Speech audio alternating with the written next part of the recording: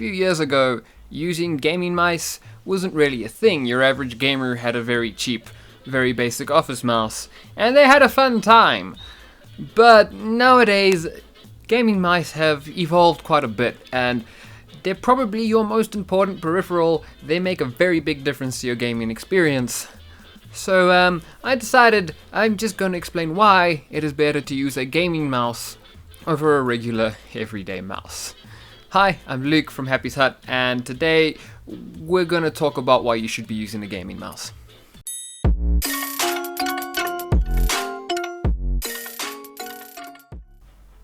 Okay, so this video is going to work in 3 parts to sort of distinguish between gaming mice and office mice and why and where they're different.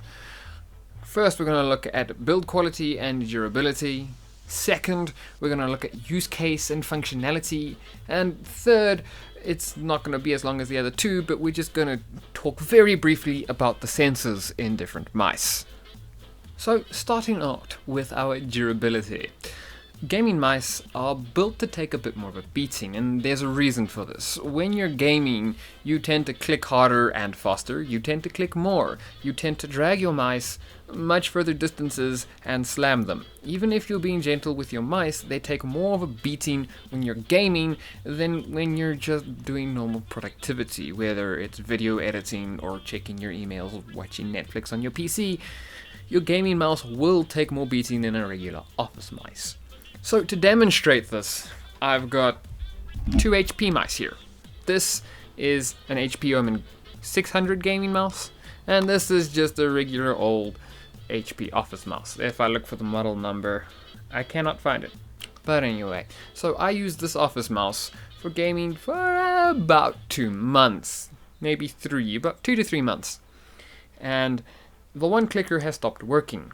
But more visible than that, if the camera will focus on it, come on, you can see that the grip here has all but worn away, and there's a full layer that's just sort of peeled away there. That is after 2 to 3 months of use for gaming. This one was used for about 18 months to 2 years. It was a bit over 18 months. And if you look over here, come on, computer focus. There you can see a noticeable difference. The grip is only now starting to peel away. And the clickers both still work. This one, remember I said the one clicker doesn't work. This one, both clickers work on it. Both clicking buttons work. Because they're rated for a lot more clicks than this one. They can take a beating.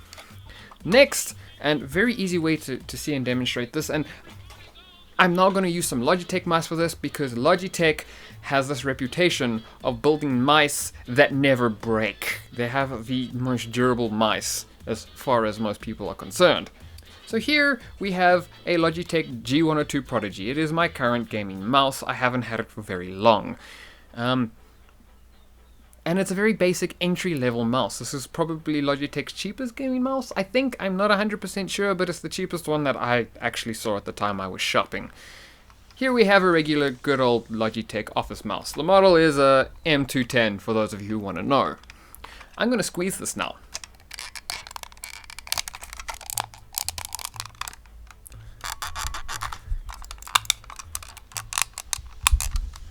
And it's a Logitech mouse with a good quality, but compared to my gaming mouse, where if I squeeze it,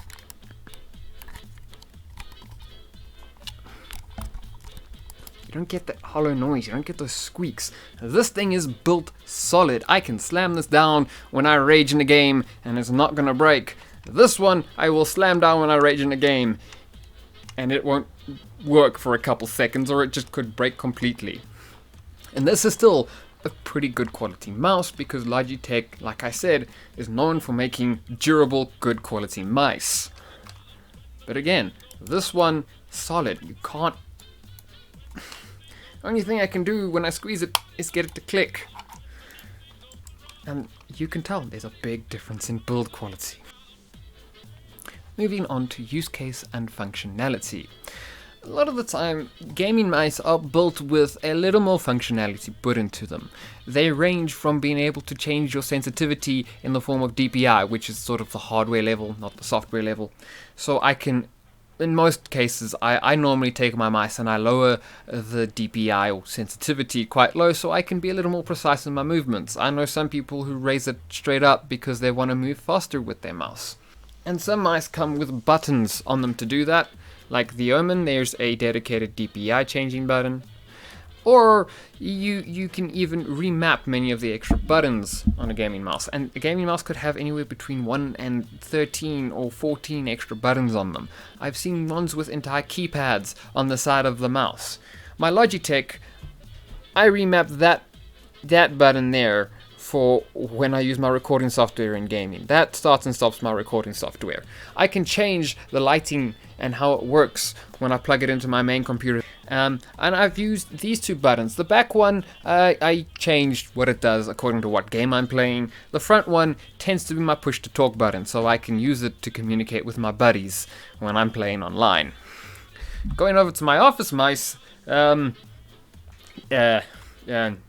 got two buttons that go forwards and backwards in File Explorer or the Web Explorer, and I can't use those in games. I can't remap them to do anything else in any other software either. And my Logitech one here, just no extra. It's got two clickers and a scroll wheel, no extra buttons on it.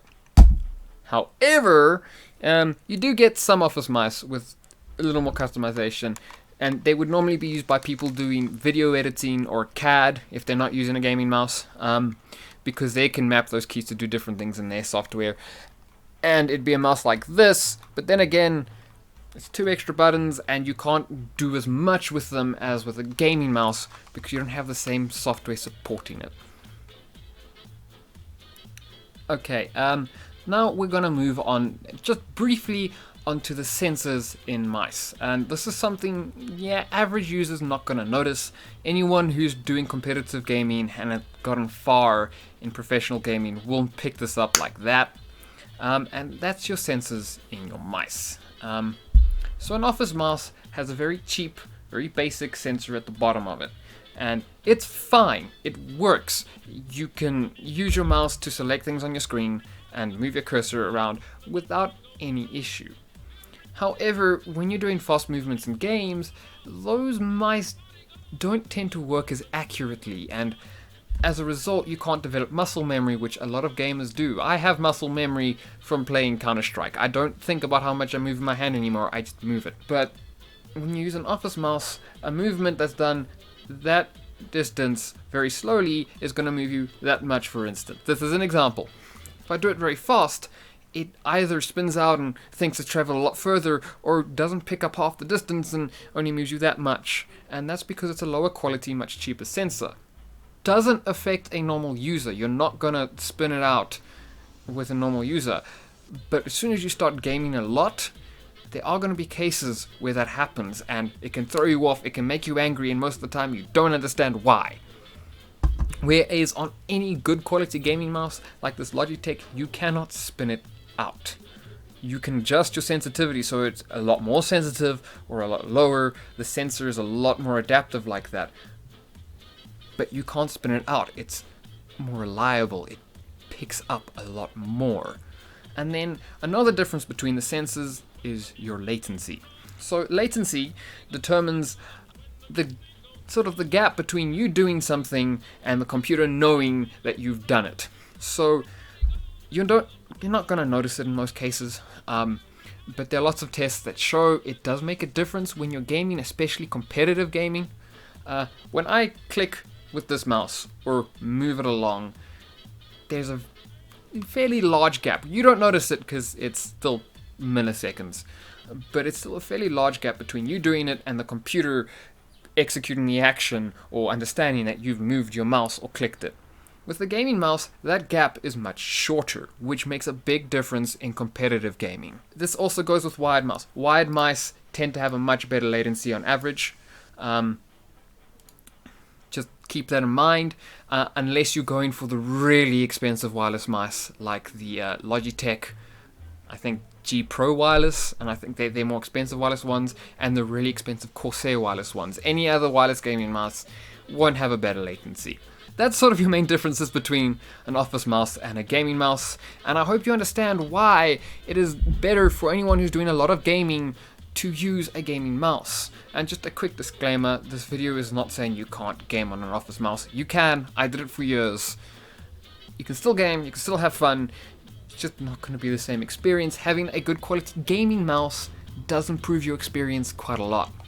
So for more weekly content, and I hope you enjoyed this video, so hit like and subscribe, but for more weekly content, please subscribe, leave a comment, and follow me on my social media. I've got links down in the video description. Thanks for watching, and enjoy. Happy New Year, guys.